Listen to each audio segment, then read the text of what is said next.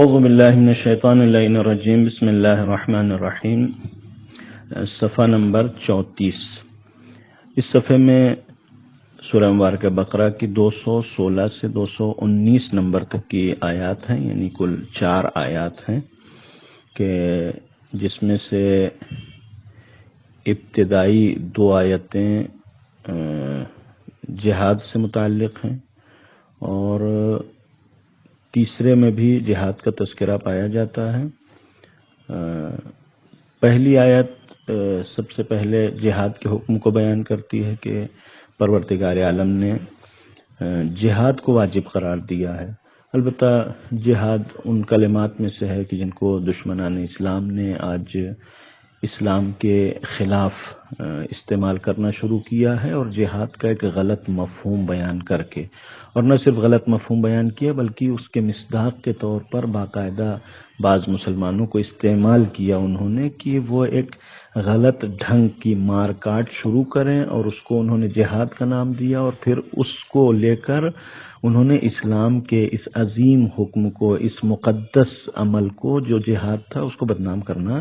شروع کیا۔ تو بہرحال یہ کافی بزرگ علماء اور آج جو ہے وہ مسلمان اس کی طرف متوجہ ہو چکے ہیں کہ جہاد کو کس طریقے سے بدنام کیا گیا ہے، اور کس طریقے سے مثلا غلط لوگوں کو مجاہد کا نام دیا گیا ہے۔ لہذا جہاد اسلام کا ایک مقدس حکم ہے اور پروردگار عالم نے اسے فرض قرار دیا ہے، اور جہاد کا ابتدائی طور پر حکم یہی ہے کہ ایک ایسی جنگ کی جو دینی مقصد کے تحت یا دین کو پھیلانے کے لیے ضروری ہوتی ہے، اس میں معصوم یعنی نبی یا امام معصوم کی اجازت ضروری ہے۔ بغیر نبی یا امام معصوم کی اجازت کے کوئی بھی قتال اور جہاد نہیں ہو سکتا۔ دوسرا حصہ یہ ہے کہ لیکن اگر مسلمانوں کے اوپر کوئی حملہ کر دے، کوئی بغاوت کرنا چاہے، کوئی ان کے خلاف جو ہے وہ کوئی حملہ کرے اور ان سے جنگ کرنا چاہے، تو مسلمانوں کا حق یہ ہے کہ وہ خود قیام کریں اور اس حملے کا، اس جنگ کا مقابلہ کریں۔ اس کو بھی جہاد کہتے ہیں، البتہ اس جہاد کو جہاد دفاعی کہتے ہیں، اور یہاں پر معصوم کی اجازت ضروری نہیں ہے، یعنی جیسے ہی حملہ ہوا مسلمان کی ذمہ داری یہ ہے کہ وہ اٹھ کھڑا ہو اور اس حملے کا مقابلہ کرے۔ لہذا یہ جہاد جو ہے وہ پروردگار عالم کی طرف سے واجب ہے۔ اب جو بھی چیزیں پروردگار عالم نے واجب کی ہے، بہت سارے لوگ جو ہے وہ دین میں اپنی گویا آسائش تلاش کرتے ہیں، آرام طلبی انسان کے اندر پائی جاتی ہے، اور وہ چاہتے ہیں کہ جو بھی حکم ہو وہ ان کے یعنی آرام کے لیے ہو، سکون کے لیے ہو، ان کے آرام اور سکون میں خلل ڈالنے والا نہ ہو۔ لہٰذا جو چیزیں ان کے آرام اور سکون میں مثلا خلل ڈالتی ہیں وہ ان کو بری لگتی ہیں۔ قرآن کہتا ہے کہ ہاں، جہاد یا قتال، جنگ ایک ایسی چیز ہے کہ جس کا ایک حصہ بہرحال ہے ایسا سخت کہ جو لوگوں کو پسند نہیں آتا۔ جنگ کی سختیاں سہنا آسان نہیں ہوتا، جنگ کی سختیاں واقعاً مشکل ہوتی ہیں۔ میدان جہاد میں بہرحال حلوہ نہیں بٹتا ہے، بلکہ وہاں مار کاٹ ہے، انسان جو ہے وہ زخم کھاتا ہے، مار کھاتا ہے، مارتا ہے۔ بہرحال بہت سارے لوگوں کے لیے ممکن ہے کہ یہی سخت ہوتا ہو کہ کسی کے اوپر وہ حملہ نہیں کر سکتے، وہ نرم دل ہیں، لہٰذا مثلا کسی کو نقصان نہیں پہنچانا چاہتے، یہ اس جہت سے کسی کو یہ عمل برا لگتا ہو، یا بہت سارے لوگ ایسے ہیں کہ نہیں، ان کے اندر ہمت نہیں ہے، لہٰذا مار سہ نہیں سکتے، کاٹ سہ نہیں سکتے، لہٰذا مثلا ان کو اس جہت سے برا لگتا ہو۔ قرآن کہتا ہے کہ ہاں، یہ ہوگا کہ تمہیں ممکن ہے کہ یہ قتال، یہ جنگ بری لگے، لیکن یہ تمہاری گویا سوچ ہے۔ پروردگار عالم کا حکم ڈیپینڈ نہیں کرتا تمہارے سوچ کے اوپر کہ جیسے تم سوچو ویسے خدا حکم دے۔ بہت ساری ایسی چیزیں ہیں کہ جو تمہیں بری لگتی ہیں لیکن واقعاً تمہارے حق میں بہتر ہیں، اور اس کے مقابلے میں بہت ساری ایسی چیزیں ہیں کہ جس کو تم پسند کرتے ہو، جو تمہیں اچھی لگتی ہو، لیکن وہ تمہارے حق میں بہتر نہیں ہوگی۔ لہذا پروردگار عالم تمہاری بہتری چاہتا ہے، تمہارے لیے خیر چاہتا ہے، وہ تمہاری مرضی نہیں دیکھتا ہے کہ تم چاہتے کیا ہو، بلکہ جو تمہارے لیے بہتر ہے وہ حکم پروردگار عالم تمہارے لیے بہرحال واجب قرار دیتا ہے۔ یہاں پر کتبہ یعنی واجب قرار دیا گیا ہے۔ اس کا مطلب یہ ہے کہ پروردگار عالم حکم میں انسانوں کی مرضی نہیں دیکھتا ہے کہ تمہاری مرضی اور تمہارا خیال اور تمہاری سوچ اور تمہارا آرام کس میں ہے، بلکہ خدا جب حکم دیتا ہے تو دیکھتا ہے کہ تمہارا فائدہ کس میں ہے۔ لہٰذا یہ قتال اور جہاد یہ بھی اسلام کے واجب حکموں میں سے ہے۔ کتب علیکم القتال، تمہارے اوپر واجب ہے قتال، جیسے کتب علیکم الصیام، تمہارے اوپر روزہ واجب قرار دیا گیا ہے یا نماز واجب ہے۔ قرآن کہتا ہے کہ ان الصلاۃ کانت علی المؤمنین کتابا موقوتا، کہ مومنین کے اوپر نماز جو ہے وہ واجب قرار دی گئی ہے۔ کتبہ سے مراد واجب اور فرض قرار دینا ہے۔ اس کے بعد کی آیت ہے کہ پیغمبر آپ سے شہر الحرام کے بارے میں لوگ سوال کرتے ہیں۔ شہر حرام زمانے جاہلیت سے، اسلام سے پہلے کے قرارداد میں اور جو عربوں کا ایگریمنٹ تھا سماجی، اس میں 4 مہینے ایسے تھے کہ جس میں قتال اور جہاد اور جنگ یہ ساری چیزیں منع تھیں، ان کو وہ شہر الحرام کہتے تھے۔ ان میں سے 3 مہینے ادھر ذیقعد، ذی الحجہ اور محرم، اور اس کے بعد 1 مہینہ ماہ رجب تھا۔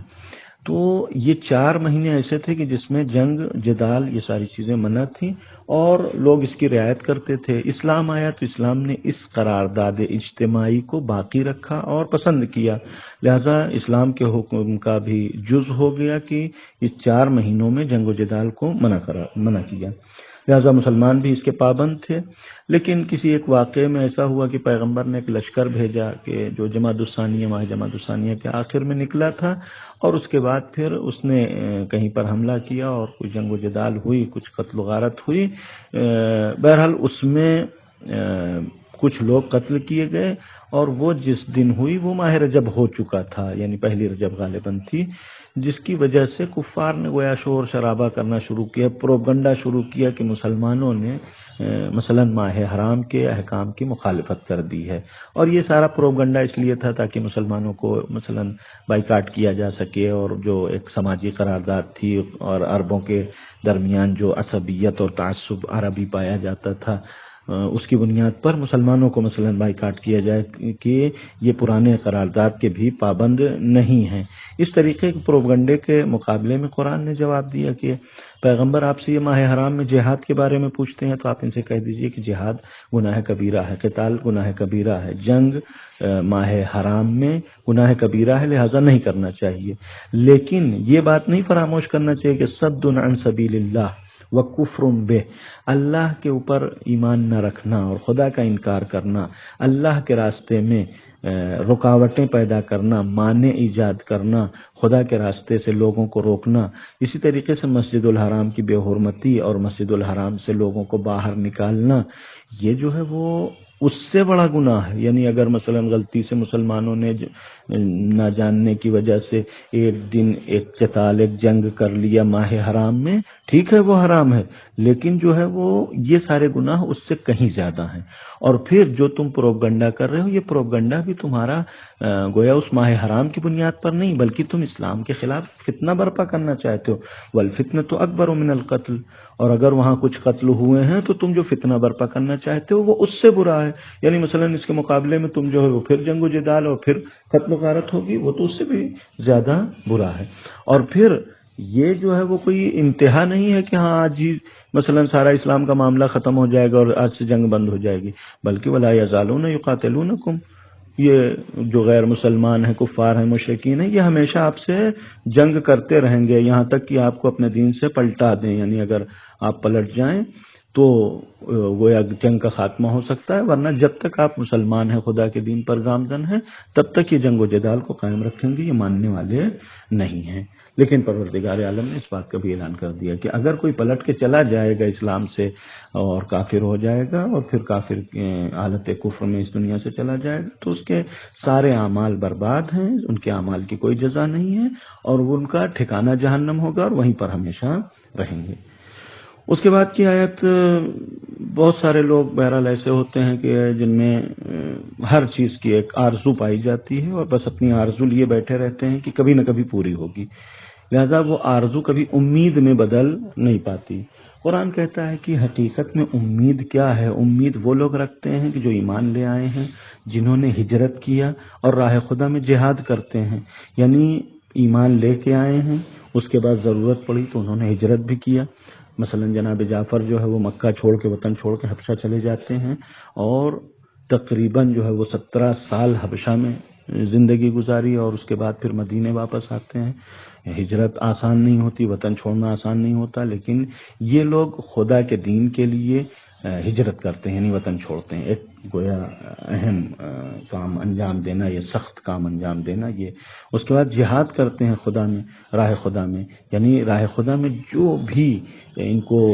دشواریاں پیش آتی ہیں اس کا مقابلہ کرنے کے لیے ہمیشہ تیار رہتے ہیں۔ لہذا ایسے لوگ ہیں کہ جو اللہ کے امید رکھ سکتے ہیں۔ ہمارے عام طور سے جو امیدیں ہوتی ہیں وہ امید نہیں ہوتی بلکہ آرزو ہوتی ہے، بس اپنا سوچ کے بیٹھے ہیں کہ ہاں ہم کو جو ہے وہ 56 کروڑ کی چوتھائی مل جائے، لیکن اس کے لیے کوئی کوشش نہیں کرتے ہیں۔ حقیقت میں امید بغیر کوشش کے کوئی معنی ہی نہیں رکھتی، امید بغیر عمل کے کوئی معنی نہیں رکھتی۔ سورہ مبارکہ کہف کی آخری آیات میں من کان یرجو لقاء ربہ فلیعمل عملا صالحا، کہ اگر کوئی انسان اللہ سے ملاقات کے امید رکھتا ہے تو عمل صالح انجام دے، نیک عمل انجام دے، خدا سے ملاقات ہوگی۔ یا مولا کائنات فرماتے ہیں کہ لا تکن ممن یرجو الآخرۃ بغیر عمل، آپ ان لوگوں میں سے نہ ہوں کہ جو آخرت کی امید رکھتے ہیں بغیر عمل کے۔ بغیر عمل کے کوئی امید نہیں ہوتی، صرف آرزو ہوتی ہے، اور آرزو انسان کو مقصد تک نہیں پہنچا سکتی ہے۔ لہٰذا انسان امید کرے تو اس کے ساتھ کوشش بھی کرنا چاہیے۔ آخری آیت 219 نمبر کی آیت شراب اور جوئے کے سلسلے سے ہے کہ پیغمبر آپ سے شراب اور جوئے کے سلسلے میں سوال کرتے ہیں، آپ کہہ دیجئے کہ اس میں جو ہے وہ گناہ بہت زیادہ ہے، یعنی بڑا گناہ ہے۔ خمر کو خمر اس لیے کہتے ہیں کہ خمار یا خمار یہ اس چادر کو کہتے ہیں کہ جو سر سے اوڑھی جاتی ہے۔ آج جو پردے کا مسئلہ اٹھا ہوا ہے، اس منحوس کورٹ نے یہ اعلان کیا ہے کہ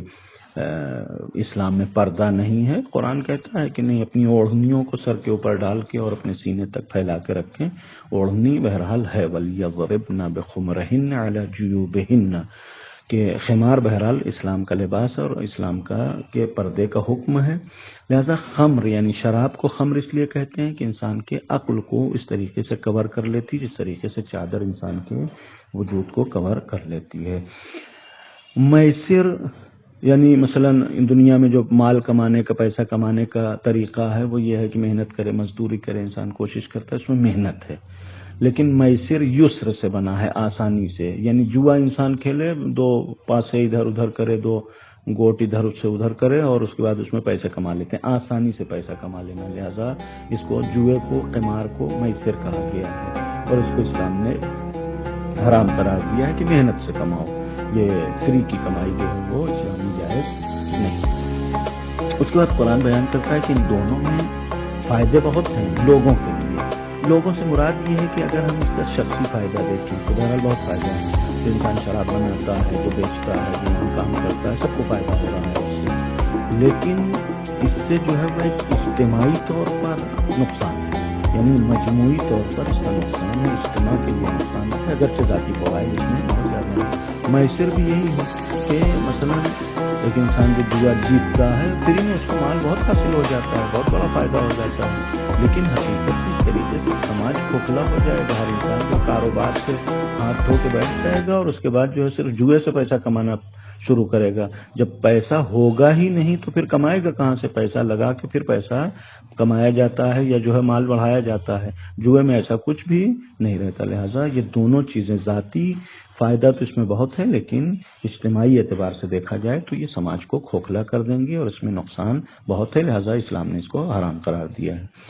پھر اسی طریقے سے ایک اور سوال پیغمبر سے یہ کیا جاتا ہے کہ راہ خدا میں کیا خرچ کریں؟ قل العفو، عفو سے مراد یہ ہے یہاں حد وسط اور وسطی چیز کو، درمیانی چیز کو، یا بہرحال جو